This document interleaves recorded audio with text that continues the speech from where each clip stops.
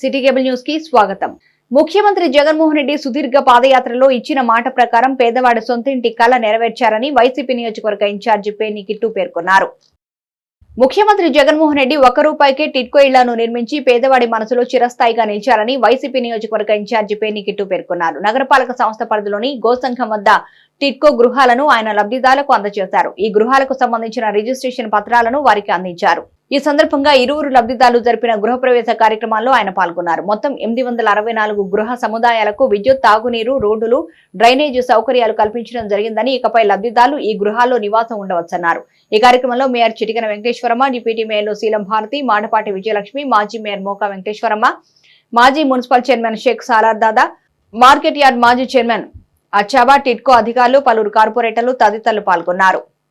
మచిలీపట్నంలో ఈ టిట్కో గృహాన్ని గోసంఘం దగ్గర 864 మందికి ఈరోజు అందజేయడం జరిగింది. అంటే ఏదైతే పేద మధ్యతరగతి కుటుంబాలు మేము ఎప్పటికైనా అంటే పుట్టినప్పటి నుంచి అద్దెల్లోనే బతుకుతున్నాం, సొంత ఇళ్ళలో కడప్పుడైనా అంటే చనిపోయే లోపు సొంత ఇంట్లో బతకాలనుకున్న చాలామంది కోరిక ఈరోజు నెరవేరబోతుంది. వీళ్ళకి బిల్డింగ్లతో పాటు roads, drainage facility, water facility, electrical facility, sewage ప్లాంట్తో సహా అన్నీ కంప్లీట్ చేసి ఈరోజు వాళ్ళకి అందజేయడం జరుగుతుంది. ఈరోజు అప్పగింత కార్యక్రమం మాత్రం జరిగింది. వాళ్ళ మతాల రీత్యా, వాళ్ళ డేట్స్ రీత్యా వాళ్ళు ఎప్పుడైనా వచ్చి ఇక్కడ గృహప్రవేశం చేసుకోవడం జరుగుతుంది.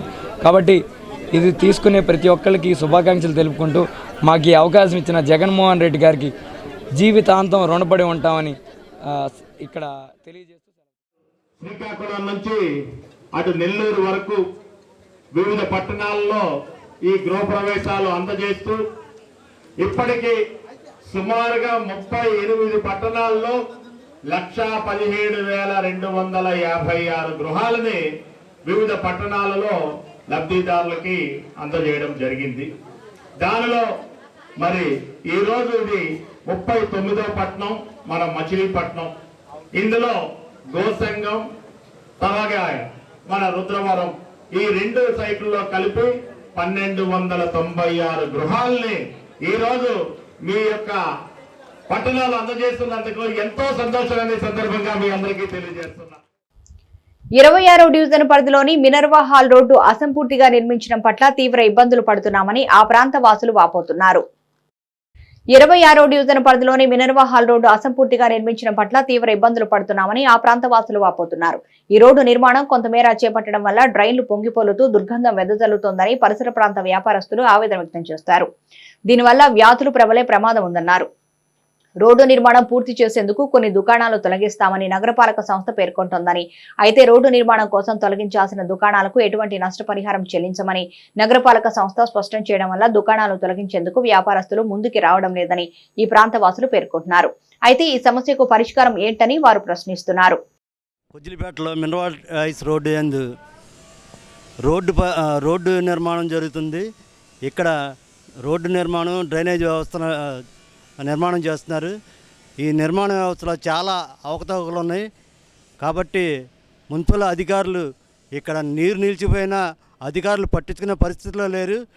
స్థానిక ప్రజానాయకులు ఇక్కడ ఉన్నటువంటి డిప్యూటీ మేయర్ కానీ, వాళ్ళ హస్బెండ్ మాడపాటి వెంకటేశ్వరరావు కానీ పట్టించుకునే దాఖలాలు లేవు. మురుగునీరు రోడ్డు మీద పొర్లుతుంటే ఇక్కడ అనేక మందికి డెంగ్యూ వ్యాధి కానీ, లేకపోతే జ్వరాలు కానీ, స్థానికులు ఇక్కడ గోడౌన్స్లో ఉన్న వ్యక్తులు వాసన భరాయించలేక వాళ్ళు జీవనాధారం కూడా కోల్పోతున్నారు. ఇక్కడైతే సామాన్యులు లేబరు, రిక్షా బండి తోలుకునే వాళ్ళు రోడ్డు సరిగ్గా నిర్మాణంలో సరైన స్టెప్ తీసుకోకపోవడం వల్ల సుమారు 2 నెలల నుంచి ఇక్కడ స్థానికంగా రిక్షా బండి వర్కర్లు చాలా ఇబ్బందులు పడుతున్నారు. అలాగే లారీలు, పెద్ద లారీలు వస్తాయి, గోడౌన్స్లో లోడ్ దించుకోవాలి. ఇక్కడ వ్యాపారస్తులకి ఏదైనా జరగాలన్నా లోడ్లు వస్తేనే ఇక్కడ వ్యాపారాలు చేసుకుంటారు. వారి పరిస్థితి ఎంత దీనంగా ఉందంటే ఇక్కడ ఉన్న రాజకీయ నాయకులు అందరూ ఒక రాజకీయంగా ఎవరినైతే ఇక్కడ ఉన్న స్థానికులను ఇబ్బంది పెట్టాలనే ఉద్దేశంతో వాళ్ళు ఉన్నారే కానీ రాజకీయ నాయకులు ప్రజాసేవ చేయటానికి మాత్రం ఇక్కడ కనుమరుగైపోయారు. విద్యార్థుల్లో ద్విగుణీకృతమైన ప్రతిభను వెలికి తీసేందుకు సైన్స్ ఎగ్జిబిషన్ ఉపకరిస్తుందని bank of Baroda manager Kalyani అన్నారు. సైన్స్ పట్ల విద్యార్థుల్లో అవగాహన మరింత పెంపొందించేందుకు సైన్స్ ఎగ్జిబిషన్లు దోహదపడతాయని bank of Baroda manager Kalyani అన్నారు. బాలాజీ విద్యాలయంలో విద్యార్థులతో ఏర్పాటు చేసిన సైన్స్ ఎగ్జిబిషన్ ను ఆమె ప్రారంభించారు. ఈ సందర్భంగా ఆయన మాట్లాడుతూ విద్యార్థుల్లో ఉన్న ప్రతిభను వెలికి తీసేందుకు ఇటువంటి ప్రదర్శనలు ఉపయోగపడతాయన్నారు. ప్రిన్సిపల్ కొమరగిరి చంద్రశేఖర్ మాట్లాడుతూ శాస్త్ర సాంకేతిక రంగాలు నానాటికి అభివృద్ధి చెందుతున్న నేపథ్యంలో సైన్స్ పట్ల విద్యార్థుల్లో మరింత ఆసక్తి పెరిగేందుకు సైన్స్ ఎగ్జిబిషన్ ఏర్పాటు చేశామన్నారు. సైన్స్ ఎగ్జిబిషన్ లో 3 నుంచి 6వ తరగతి విద్యార్థులు రూపొందించిన వివిధ సైన్స్ పరికరాలు అందరినీ ఆకట్టుకున్నాయి. పురస్కరించుకొని ఈరోజు 3, 4, 5 తరగతుల వారు మరియు ఏటీఎల్లో ఉన్న వాళ్ళు కూడా అందరూ ఇవాళ ఎగ్జిబిట్స్ అనేది వాళ్ళు ప్రదర్శిస్తున్నారు. ముఖ్యంగా ఇక్కడ 3rd, 4th, 5th అంటే 3, 4 తరగతుల వాళ్ళు లాంగ్వేజెస్కి సంబంధించి అంటే ఇంగ్లీషు, తెలుగుకు సంబంధించి ఇక్కడ ఉన్నారు. అలాగే మీరు చూస్తున్నారు అక్కడ అది robotic car controlled by Arduino. Next అలా బ్లూటూత్ కంట్రోల్డ్ కారు, ఇలా రకరకాల రోబోటిక్ సంబంధించి ఆర్డినో సంబంధించి టెక్నాలజీ ఏ విధంగా మనకి అందుబాటులో వస్తే ఎంత మంచి పనులు అనేది జరుగుతాయి అనేది ఇవాళ ఏటీఎల్లో ప్రదర్శించడం జరుగుతుంది. అంతేగాని ఆల్కహాల్ డిటెక్టర్ మనకి చూస్తుంటాం, చాలామంది ఆల్కహాల్ తాగి యాక్సిడెంట్స్ జరుపుకుంటున్నారు. అలా కాకుండా ఆల్కహాల్ డిటెక్ట్ అయితే ఆ కారు కానీ లేదంటే వెహికల్ కానీ ఏదన్నా సరే దానంతటా అదే ఆగిపోతుంది. ఇలా చాలా రకాల ఏటీఎల్ ప్రాజెక్ట్స్ కూడా ఉన్నాయన్నమాట. మీరందరూ వచ్చి బాలాజీ విద్యాలయంలో ఉన్న ప్రతి ఒక్క విద్యార్థిని ఆశీర్వదించాల్సిందా ప్రార్థన. కళ్యాణి గారు bank of Baroda senior manager గారు విచ్చేస్తున్నారు. సైన్స్ ఫెయిర్ యొక్క ఇంపాక్ట్ ఎలా ఉంటుందంటే, ఆమె చిన్నప్పుడు సైన్స్ ఫెయిర్ పెట్టినప్పుడు వాళ్ళ సైన్స్ మాస్టర్ ప్రోత్సహించిన దానికి ఆమె అగ్రికల్చర్ బీఎస్సీ చేసి తర్వాత ఎంఎస్సీ చేసి అగ్రికల్చర్ ఆఫీసర్గా బ్యాంక్ ఆఫ్ బరోడాలోగా ఎంటర్ అయ్యానని చెప్పున్నారు. దానికి కారణం ఏంటంటే పిల్లల్లో ఉన్నటువంటి ఆలోచనలకి రూపకల్పన చేయటమే ఈ సైన్స్ ఫెయిర్ యొక్క ముఖ్య లక్షణం. దీంట్లో మనం కనుక చూసినట్లయితే భావ వ్యక్తీకరణ, వాళ్ళలో మనసులో ఏ ఆలోచనలు అయితే ఉన్నాయో అవి స్పష్టంగా చెప్పగలగటము. 2 కమ్యూనికేషన్ స్కిల్స్ అంటే భాషని ఉపయోగించేటువంటి ప్రక్రియ చేయటము. వాళ్ళు ఏమనుకుంటున్నారో అది ఒక వస్తువు రూపంలో, ఒక ప్రాజెక్ట్ రూపంలో, ఒక మోడల్ రూపంలో చేయటం. అంటే యాక్టివిటీ బేస్డ్ లెర్నింగ్ అన్నది శ్రీ బాలాజీ విద్యాలయంలో జరుగుతుంది. అందుకోసమే ఇప్పుడు ఆల్మోస్ట్ ఆల్ ఇప్పుడు స్టేట్ సిలబస్ అంతా కూడా సిబిఎస్ఈలో. ఘంటసాల మండల పరిధిలోని పాప వినాశన మండల పరిషత్ ప్రాథమికోన్నత పాఠశాల ప్రధానోపాధ్యాయుడు 5వ తరగతి చదువుతున్న విద్యార్థినిపై లైంగిక వేధింపుల సంఘటనపై విచారణ నిర్వహించారు. ఘంటసాల మండల పరిధిలోని పాప వినాశన మండల పరిషత్ ప్రాథమికోన్నత పాఠశాల ప్రధానోపాధ్యాయుడు 5వ తరగతి చదువుతున్న విద్యార్థినిపై లైంగిక వేధింపుల సంఘటనపై విచారణ నిర్వహించారు. పాఠశాల ప్రధానోపాధ్యాయులు బోలెం శ్రీనివాసరావు పాఠశాలలో 5వ తరగతి చదువుతున్న అదే గ్రామానికి చెందిన బాలికపై లైంగిక వేధింపులకు పాల్పడ్డాడని గ్రామస్తులు అతనిపై దాడి చేశారు. సంబంధిత విషయం వెలుగులోకి రావడంతో వెంటనే జిల్లా విద్యాశాఖ అధికారి తహెరా సుల్తానా స్పందించి బోలెం శ్రీనివాసరావును విధుల నుంచి తొలగిస్తూ ఘటనపై పూర్తి విచారణ చేయాలని మండల విద్యాశాఖ అధికారులను ఆదేశించారు. దీంతో ఘంటసాల మండల విద్యాశాఖ అధికారులు ఎన్ శివశంకర్, మహమ్మద్ మోమిన్ల ఆధ్వర్యంలో ICDS supervisor D Mary, complex HMT వేణుగోపాల్లో గ్రామ మహిళా పోలీస్ జీ అంకాల పాఠశాలకు వచ్చి క్షేత్రస్థాయిలో విచారణ చేపట్టారు. ఈ సందర్భంగా ఎంఈఓ శివశంకరరావు మాట్లాడుతూ జిల్లా విద్యాశాఖ అధికారి ఆదేశాల మేరకు పాఠశాలలో జరిగిన ఘటనపై విచారణకు వచ్చినట్లు తెలిపారు. విచారణలో తమ దృష్టికి వచ్చిన అంశాలను ఉన్నతాధికారులకు నివేదిస్తామని తెలియజేశారు. పెడన మున్సిపల్ చైర్పర్సన్ కటకం నాగకుమారిని APSRTC Vijayawada region chairman Pinniti Mahesh కలిశారు. పెడనపట్నంలోని పురపాలక సంఘ కార్యాలయం నందు మున్సిపల్ చైర్పర్సన్ కటకం నాగకుమారిని APSRTC Vijayawada region chairman Pinniti Mahesh మర్యాదపూర్వకంగా కలిసి ఘనంగా సత్కరించారు. ఈ కార్యక్రమంలో వైసీపీ కౌన్సిలర్లు, నాయకులు తదితరులు పాల్గొన్నారు. ఓర్పు, నేర్పు, మంచి వ్యక్తిత్వం కలిగిన సౌమ్యుడు మున్సిపల్ మేనేజర్ వాసా యోగేశ్వరరావు అని ఉద్యోగులు, భక్తులు కొనియాడారు. పెడన పురపాలక సంఘ కార్యాలయంలో మేనేజర్ గా పనిచేస్తున్న వాసా యోగేశ్వరరావు పదవి విరమణ కార్యక్రమం పురపాలక సంఘ కార్యాలయంలో జరిగింది. మున్సిపల్ చైర్పర్సన్ కటకం నాగకుమారి ప్రసాద్ దంపతులు, వైస్ చైర్మన్ కాజా, మున్సిపల్ కమిషనర్ వెంకటరామయ్య, పలు వార్డుల కౌన్సిలర్లు, ఉద్యోగులు, యోగేశ్వరరావు బంధువులు, స్నేహితులు ఘనంగా వీడుకోలు పలికారు. పుష్పగుచ్చాలు ఇచ్చి ఘనంగా సత్కరించారు. ఈ సందర్భంగా వక్తలు మాట్లాడుతూ విధుల పట్ల అంకిత భావంతో పనిచేస్తూ ఉత్తమ సేవలు అందిస్తూ యోగేశ్వరరావు ప్రజల మన్ననలు అందుకున్నారని ప్రశంసించారు. రకంగా బాధాకరమైన మరొక రకంగా సంతోషకరం.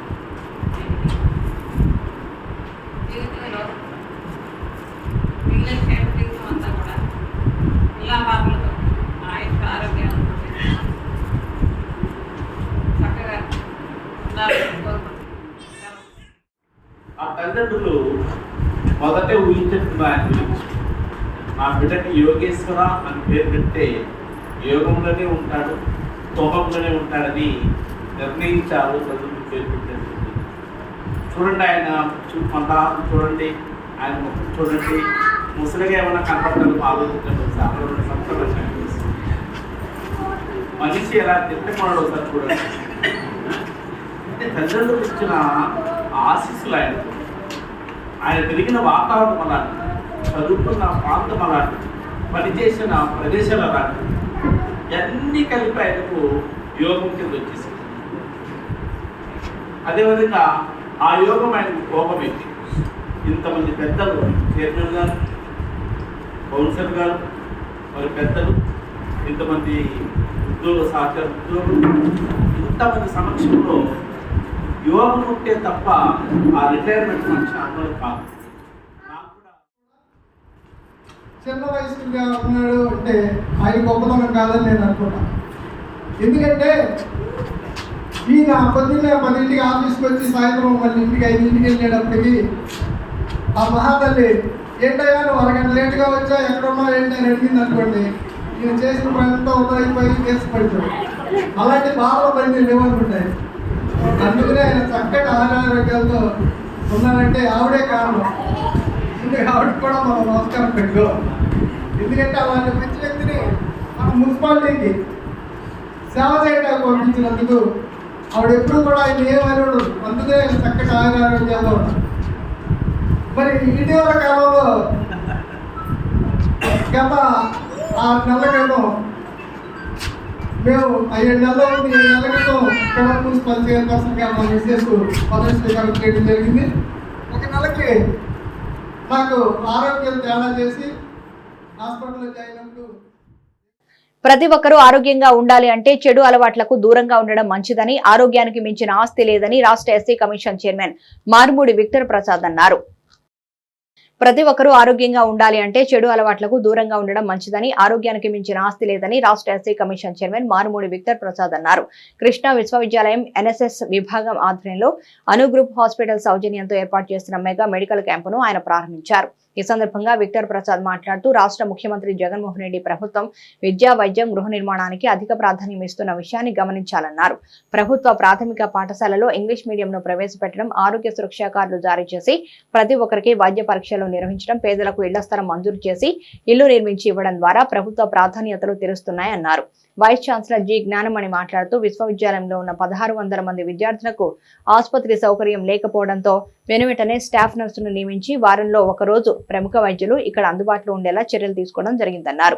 ఎన్ఎస్ఎస్ సమన్వయకర్త డాక్టర్ ఎం శ్రావణి అధ్యక్షతన జరిగిన కార్యక్రమంలో arts and science college professor Sundarakrishna, పరిశోధన విభాగం సమన్వయకర్త doctor N Usha, Chilakalapudi circle inspector Kishore, Anu group hospitals వైద్యులు, ఎన్ఎస్ఎస్ ప్రోగ్రాం అధికారులు పాల్గొన్నారు.